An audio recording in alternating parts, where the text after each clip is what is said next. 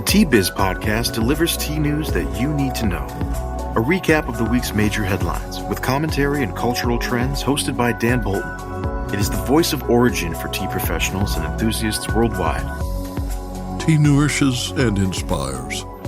It is an ancient plant-based medicine that simultaneously heals and energizes the body as it soothes the mind. Making fine tea is a blend of artistry and craftsmanship.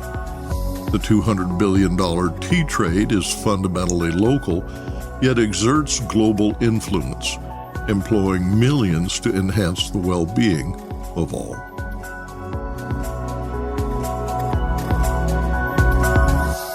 Hello, everyone. Here are this week's headlines. Reciprocal tariffs could begin as soon as April.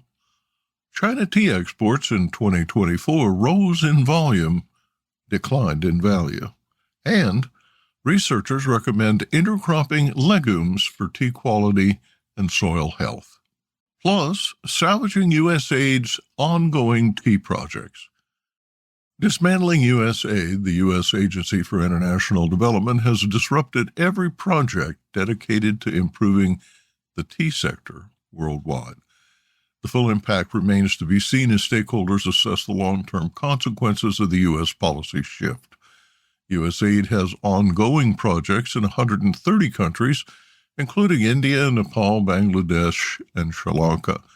The USAID East Africa Mission is based in Nairobi, Kenya, and oversees projects in Tanzania, Malawi, and Rwanda. Their status is unknown. Since USAID Public Relations no longer responds to media queries, we are compiling this information and sharing it globally via the Tea Biz blog and podcast. Reporters at news outlets are documenting the impact on health, disaster, and refugee relief to focus attention on the plight of these programs, which may lead others to assist. Listen to our commentary later in this program to learn how to help Tea Biz identify tea-specific agricultural programs in jeopardy. In Memoriam. Inayat Akbar Ali, chairman of the Akbar Brothers Group, has passed at 88. He co-founded Akbar Brothers Tea in 1969 with his two brothers, both deceased. Akbar Brothers was at one time Sri Lanka's largest tea exporter. More in a minute, but first, this important message. What happens when businesses along the tea supply chain get together and support women and children in tea communities?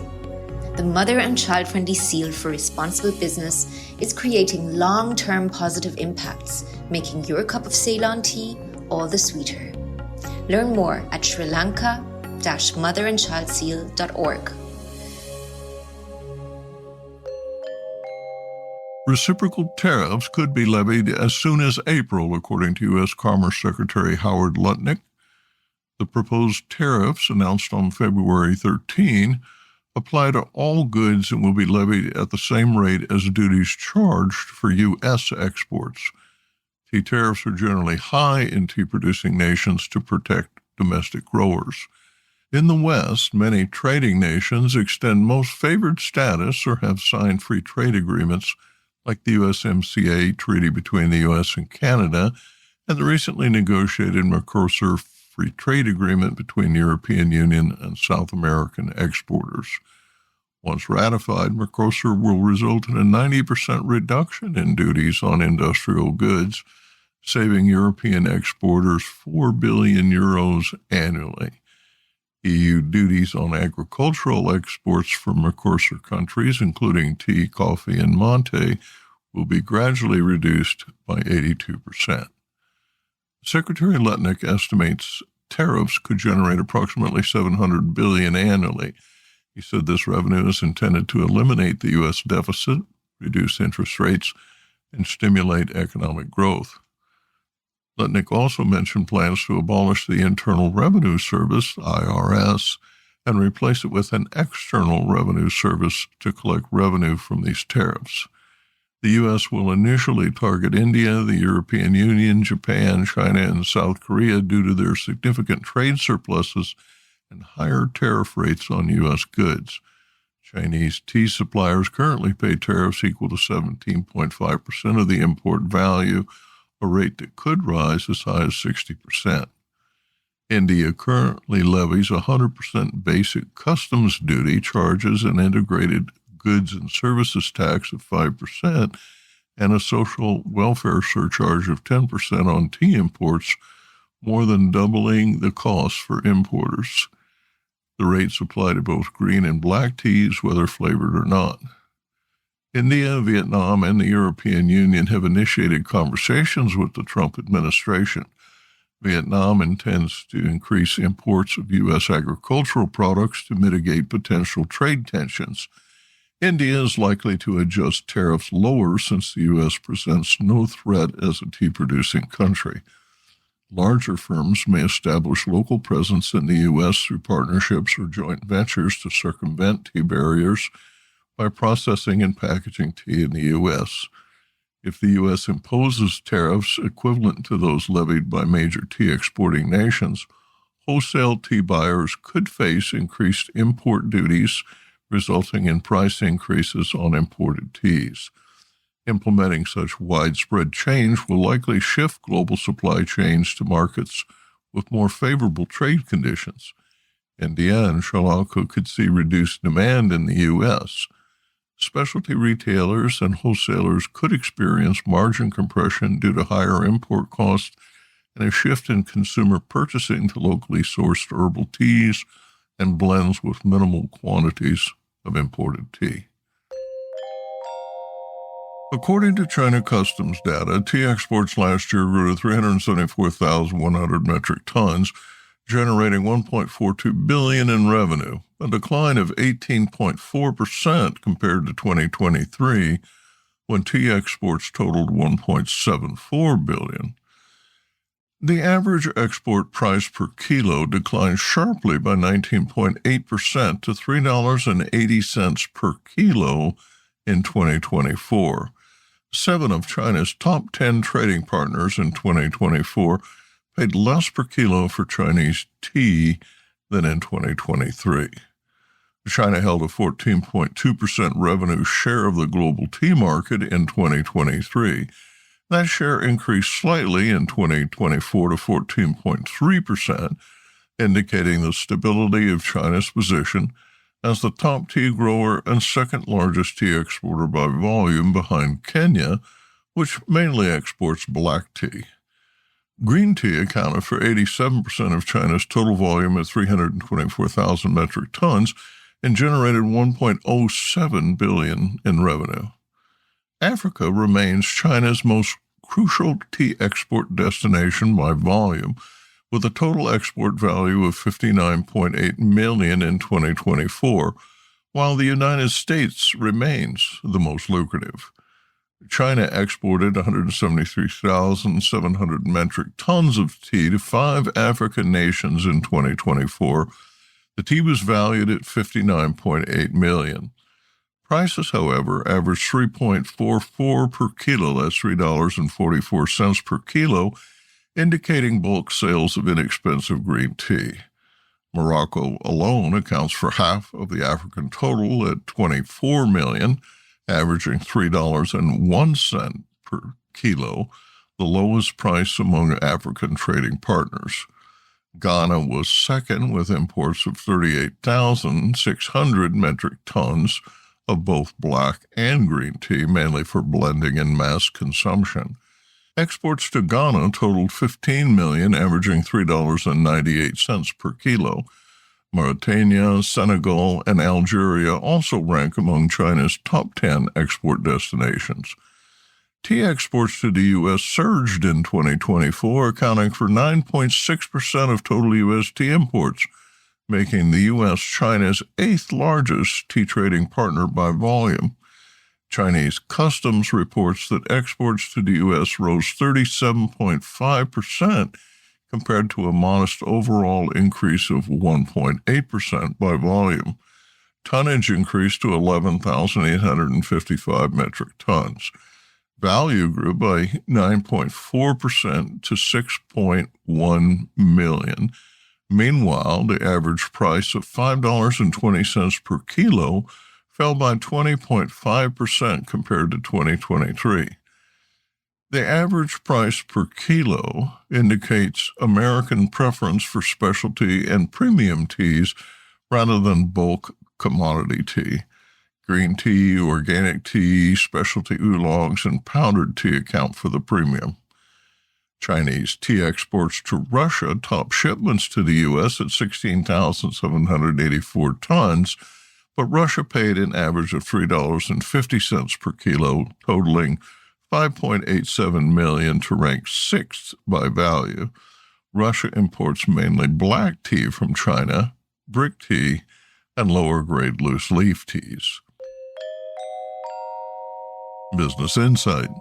China was one of America's top tea trading partners in 2024, but an unlikely outcome in 2025 as tariffs increase to at least 17.5% and possibly 60%.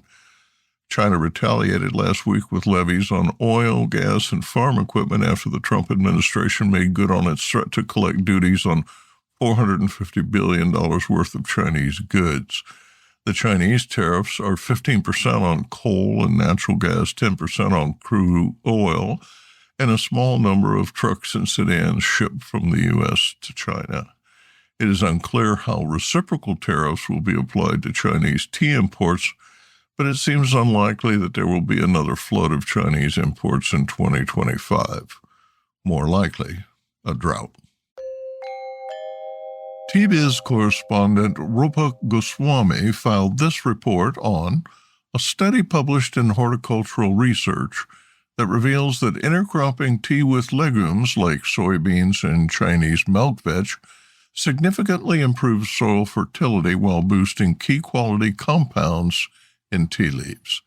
Conducted by scientists at Nanjing Agricultural University in China in collaboration with Wilfrid Laurier University in Canada, the study explores the impact of intercropping legumes with tea. The findings suggest a compelling alternative to chemical fertilizers, which have long been the industry standard but pose environmental risks such as soil degradation and water contamination. When Chinese milk veg is plowed back into the soil during a peak flowering period, researchers observed a notable increase in the quality of essential tea components in nearby plants. Amino acid levels in tea rose by 6.9% and soluble sugars increased by 54.6%. Additionally, when milk veg was applied for a month as green manure, the amino acid content in tea plants saw another boost of 9.1%, and soluble sugar levels surged by 34%. Amino acids are crucial for tea's umami flavor, while soluble sugars enhance sweetness and aroma, key factors in premium tea production. The increase in these compounds suggests that intercropping improves soil health and elevates the sensory profile of tea, making it more desirable in high-end markets. Dr. Shujun Zhu, a lead researcher from Nanjing Agricultural University, stated, quote, "Our study clearly shows that intercropping leguminous plants with tea enriches the soil and enhances tea quality. This practice offers a sustainable alternative to chemical fertilizers, fostering ecological balance and delivering economic benefits to growers," end quote. Moreover, the microbial communities in intercrop tea plantations showed increased diversity and complexity, particularly in bacterial and fungal interactions, he said. The researchers highlighted that soil pH, nitrate, nitrogen, and available phosphorus played crucial roles in shaping microbial ecosystems, contributing to healthier soil and better nutrient absorption by tea plants. Business Insight. The practice of intercropping tea with legumes presents a win-win scenario for the industry. By adopting this approach, tea farmers can reduce their dependence on chemical fertilizers, promote biodiversity, and cultivate richer, more flavorful tea. As the demand for high-quality and sustainably grown tea rises, This research may pave the way for a new era in tea agriculture, one rooted in nature's solutions. Next, Arvinda Anantharaman in Bengaluru reports on this week's India Tea News.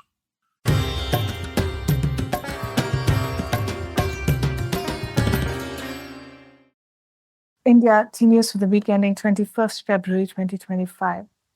Bit of a quiet week here in India. First flush is yet to start. In news, Kangra is looking at the West Bengal model for tea tourism.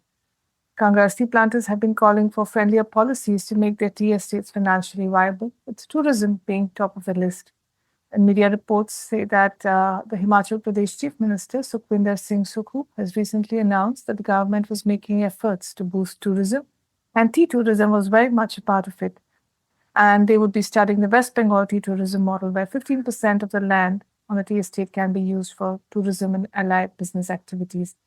Kangra's planters have said that driving tourism will help generate greater interest in tea and support the business, which, despite a rich history, has struggled because of its distance from Kolkata, the tea hub.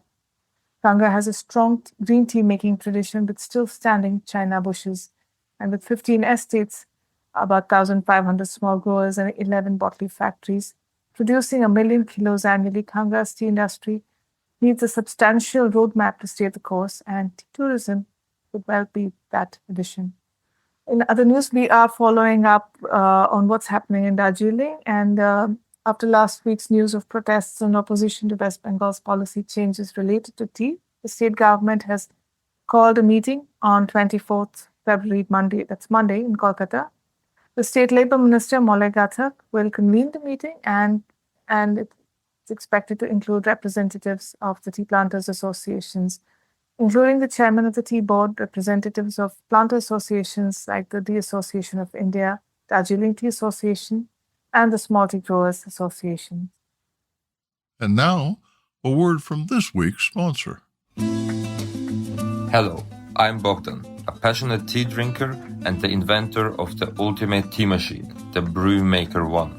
Preparation is key to making fine tea. Sequential steepings deliver the best taste possible and unlock the true value of whole leaf teas and botanicals. Brew automates that process without using any pots or capsules. This simple-to-operate, smartphone-controlled device stores steeping profiles to consistently make great tea at the push of a button. Brew also reduces time, waste, and energy. That's because I engineered the brew to remember control settings for temperature, brewing time, and quantity. Using my patented process lets you stack steep simply and conveniently.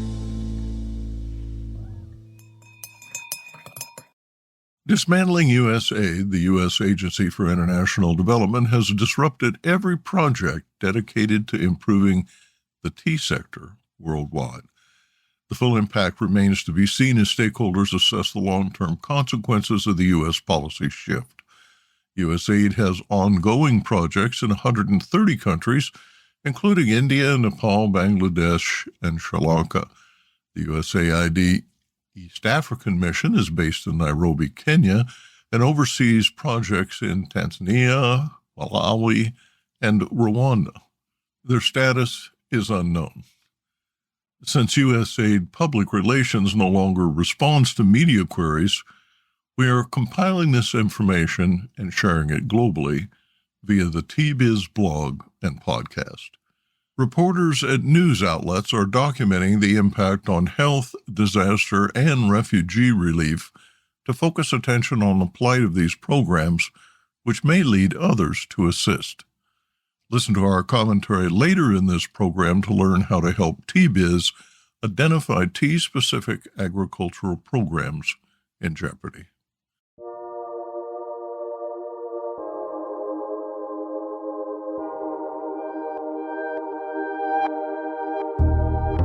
"1% for the planet" is a popular pledge by almost 5,000 socially conscious ventures in 110 countries.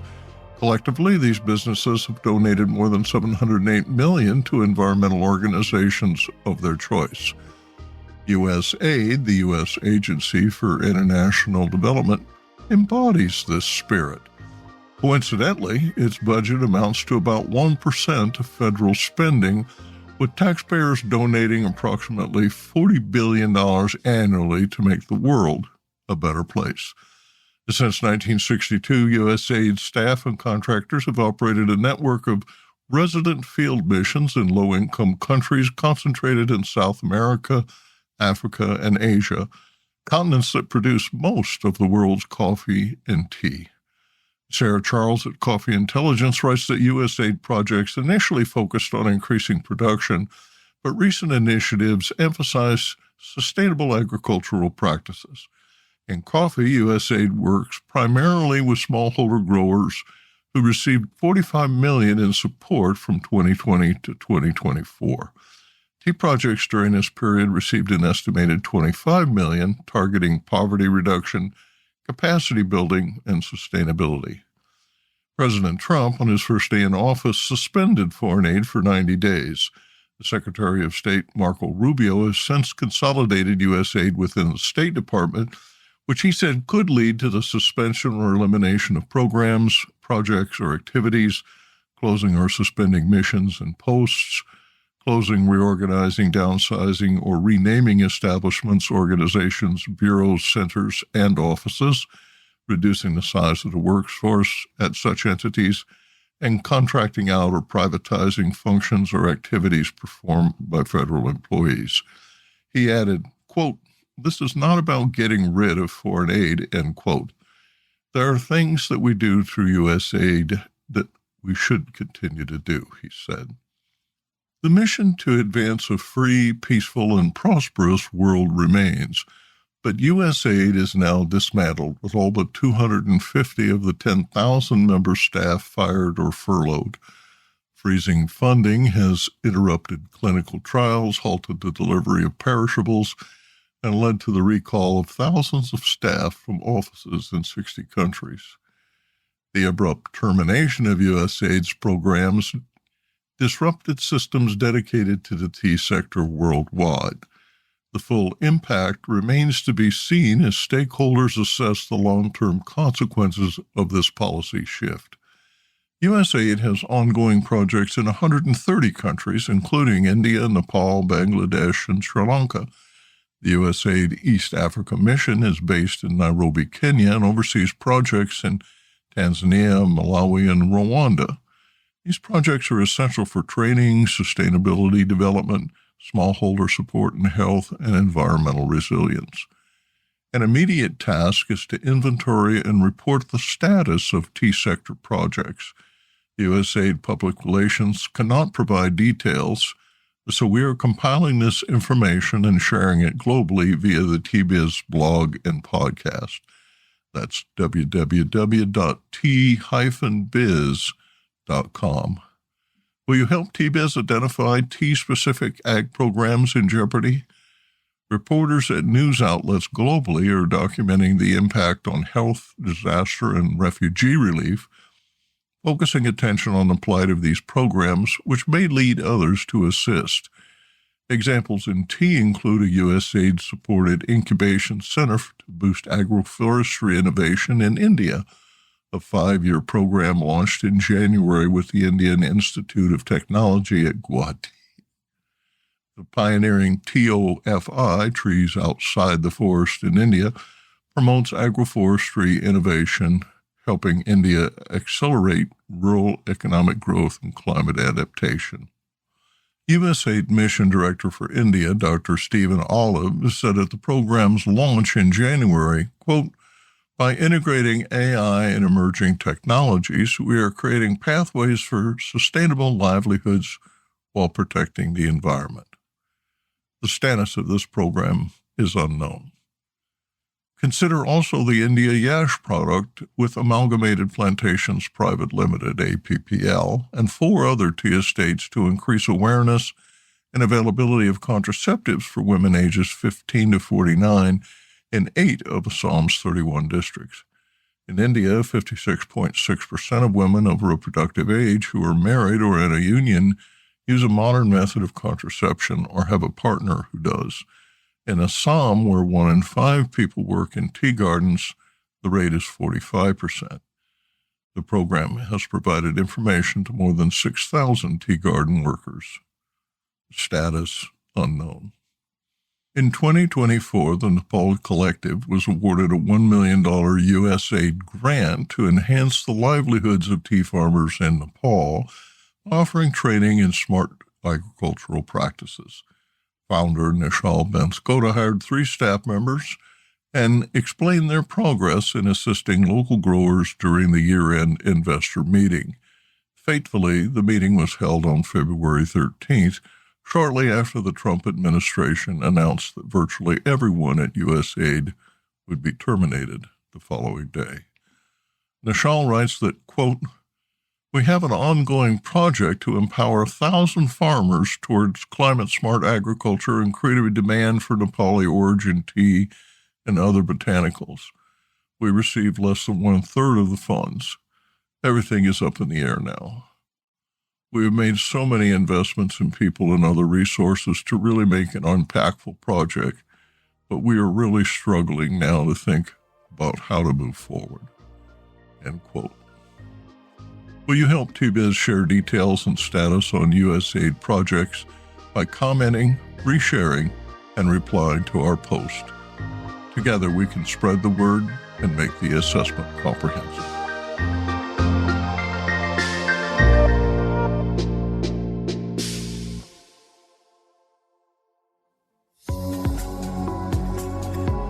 Intrigued by what you heard in today's podcast?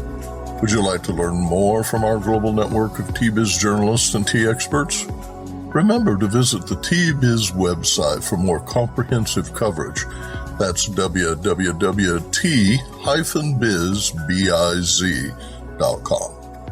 Thanks for listening. Farewell till next week.